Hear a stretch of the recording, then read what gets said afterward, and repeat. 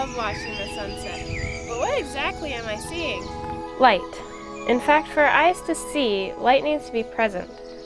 Everything you see is either light reflecting off of it, or the objects are emitting light, just like the sun. You can see me because your screen is emitting light into your eyes. But you must be wondering, what is light? Some say it's like a wave, and others say it's like a particle.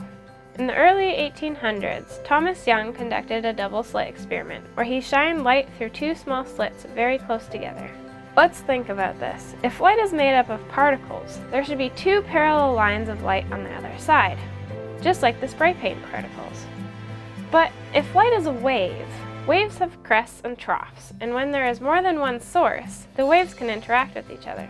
Here I have two sources of ripples in the water, which act like the two slits. When both sources create ripples, they create an interesting pattern.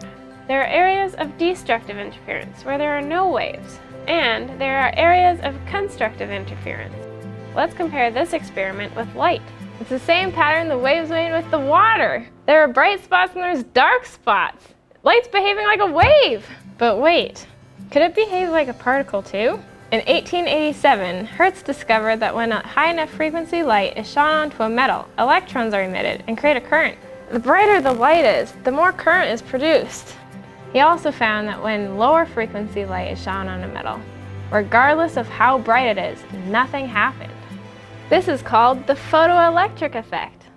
If light was acting like a wave, all light would kick out electrons, but bright light would do it faster. But this isn't what happens. The actual results showed that the current was only produced when the light was above a minimum frequency, not like the wave prediction. So if light isn't a wave, what is it? In 1905, Einstein explained this phenomenon by describing light as individual packets of energy called photons. Photons are massless, but according to Einstein's most famous equation, E equals mc squared, they have equivalent mass due to its energy. When there is mass, there can be momentum, and therefore there can be collisions. Just like one marble smashing into another marble. So when a single photon collides with an electron, the photon is absorbed and some of its energy is used to pull that electron away from its atom. And whatever is left over is converted into the electron's kinetic energy, or energy of motion.